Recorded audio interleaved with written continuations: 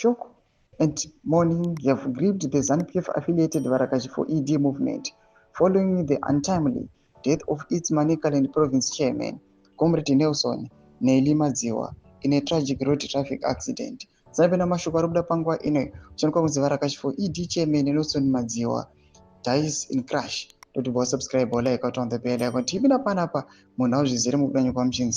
The announcement was made on Monday afternoon by Jones Musara, who confirmed that Madziwa succumbed to injuries sustained in a motor vehicle crash. He described Madziwa as a loyal and a well-mannered cadre who had been instrumental in strengthening the grassroots and digital presence of the Varakashi4ED initiative since its formation in March 2022.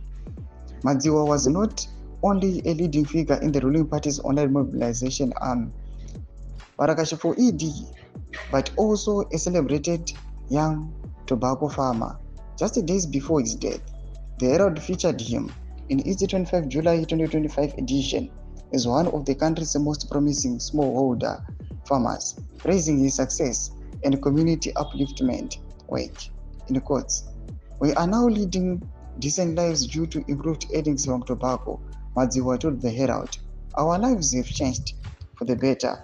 Most smallholder farmers are now staying in decent homesteads with the proper ablution facilities, acquiring livestock, and venturing into other crops."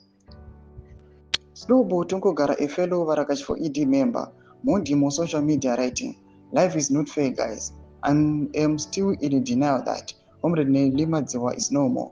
On 25 July 2025, Herald posted him as one of the successful tobacco farmers who celebrated his achievements.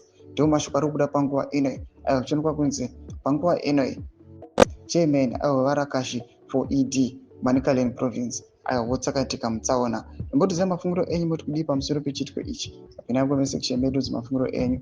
Subscribe or like, hit on the bell.